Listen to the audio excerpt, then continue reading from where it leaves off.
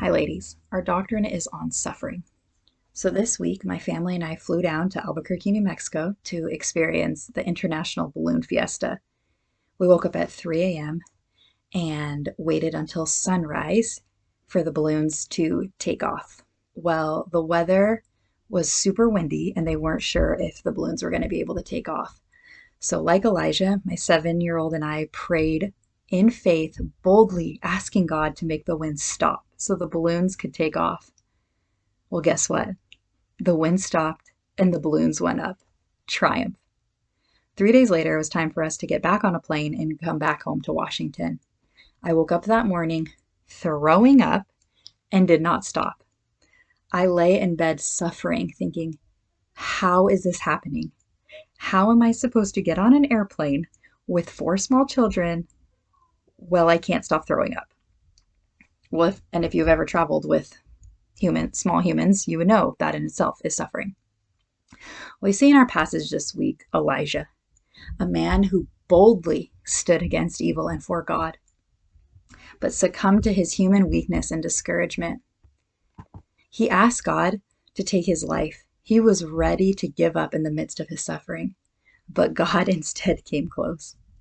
Suffering is a natural part of human experience and a consequence of mankind's fall into sin. Not all suffering is a direct result of personal sin. However, all suffering flows from a broad damage sin inflicted on the world, nature, society, and individuals.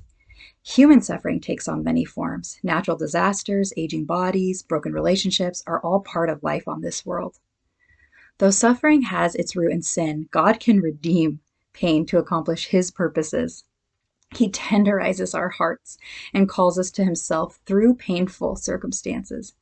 God uses hard things for our good. In the midst of throwing up, I could feel the love of the Father, and my heart and soul could not help but rejoice in him. It's like I knew without a doubt in my mind that he was with me in the suffering. He was drawing me close to him. Jesus himself suffered greatly to ultimately free believers from the reign of pain. Hardships and sufferings in this life help believers long for the day when pain and sorrow and death are finished. Until then, we can trust that God will faithfully carry forth his plans for suffering. When I do not believe that suffering has its root in sin or that God uses it to accomplish his plan, then the pain in my life and the world is only discouraging. Bitterness towards God rather than submission to him is a likely result. When I believe that God controls everything, including suffering, I gain perspective on the brokenness I experience and observe in the world. I can trust God's purifying work and learn to depend on him as life raises these hard questions. Believers are not exempt from suffering. God did not promise us a pain-free life. Do you ever equate God's blessing with a trouble-free path? Do you expect God to make your life easy? Your suffering and pain are not pointless, but instead purposeful and profitable in God's hands. God molds and matures you as pain sensitizes your heart to him. That was true for Elijah, it is true for me, and it is true for you. How will you actively trust God with the suffering in your life? Will you trust God with your pain? Ask him for moment by moment strength and direction.